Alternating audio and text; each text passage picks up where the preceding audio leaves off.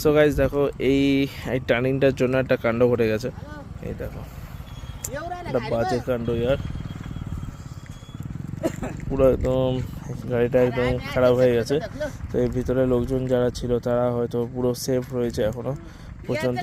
তো এখানে লোকালয় যারা রয়েছে তারা বলছে যে সেফ রয়েছে, কিন্তু গাড়ি 5 স্টার বলে ঠিকঠাক আছে। গাড়ি যদি টাটা না হতো তাহলে হয়তো অনেক বিপদ হতে পারতো। এই গাড়িটা টাটার বলে এখনও ঠিকঠাক আছে। তো এটা হচ্ছে টাটা হেক্সা, গাড়িটা বন্ধ হয়ে গেছে কিন্তু টাটা ইজ টাটা। আর এখানে দেখো একটা বাইক পড়ে আছে, এখানে 3 জন ছিল জানা যাচ্ছে, সবাই হসপিটালে ভর্তি। কি অবস্থা, খুব বাজে অবস্থা। তো আমি বলবো যে টাটার গাড়ি সত্যি রেটিং দেয় ঠিকই, কিন্তু কাজেও ঠিকঠাক, যেমন রেটিং দেয় তেমনি কাজে ঠিকঠাক।